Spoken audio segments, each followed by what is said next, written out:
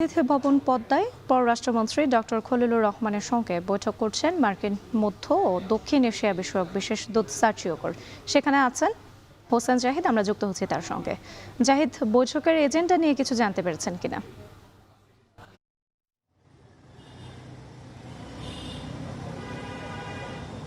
রাত্রি এই বৈঠকের পূর্ব নির্ধারিত কোনো এজেন্ডা সেটি উল্লেখ নেই, তবে কি কি বিষয়ে কথা হতে পারে, কোন থিমকে উল্লেখ করে আসলে এই বৈঠক তা কিন্তু গতকালই আজ করতে পারা গিয়েছিল।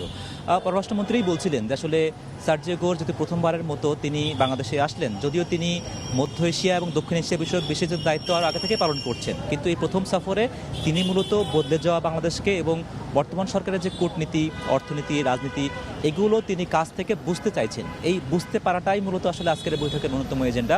একই সঙ্গে এই গুঞ্জন তো আছেই যে বাংলাদেশের বিভিন্ন বাণিজ্যিক এবং কূটনৈতিক যে সকল সম্পর্কগুলো বিস্তৃত হচ্ছে, সেক্ষেত্রে আমেরিকার অবস্থানটি আসলে কোথায় আছে সেটিও কিন্তু যাচাই করার একটি মাধ্যম বা উপলক্ষ কিন্তু এই সফরটি।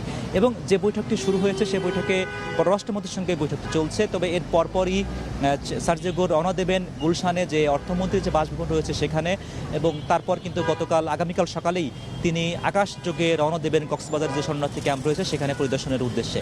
কাজেই তার এই সফরটি ঘটনাবহুল অবশ্যই, তবে সেই ঘটনাগুলো কিন্তু সংক্ষিপ্ত আকারে, অর্থাৎ আজকে তিনি দিনভর দুপুর থেকে কিন্তু রাত পর্যন্ত 2টি বৈঠকে অংশ নিচ্ছেন। আগামীকাল তিনি একটি মাত্র কর্মসূচি রোহিঙ্গা ক্যাম্প পরিদর্শন, এরপর শনিবারে একটি মাত্র কর্মসূচি প্রধানমন্ত্রীর সঙ্গে সাক্ষাৎ। কাজেই এই অল্প পরিমাণের কর্মসূচির পরেও সেই ব্যাপ্তি কিন্তু বোঝা যাচ্ছে আসলে কী পরিমাণে আলোচনা বা কোন ধরনের আলোচনা সেটি হতে পারে। এবং ইতিমধ্যেই এই বার্তাটি বাংলাদেশের পক্ষ থেকে দেওয়া হয়েছে। বাংলাদেশ আসলে এই বৈঠকে এই বার্তাটি দেবে যে বাংলাদেশ জিরো সাম গেমে বিশ্বাসী, অর্থাৎ আমেরিকার সঙ্গে যদি ভালো সম্পর্ক হয়ে থাকে সেটি আসলে অন্য কারোর সঙ্গে খারাপ সম্পর্কে সৃষ্টি করে করা হবে না। একই সঙ্গে চীন, ভারত কিংবা অন্যান্য দেশের সঙ্গেও ভালো সম্পর্কের মানে এই নয় যে অন্য কোনো দেশের সঙ্গে সম্পর্কের কিন্তু ক্ষতি করা হবে, এমনটি কিন্তু নয়।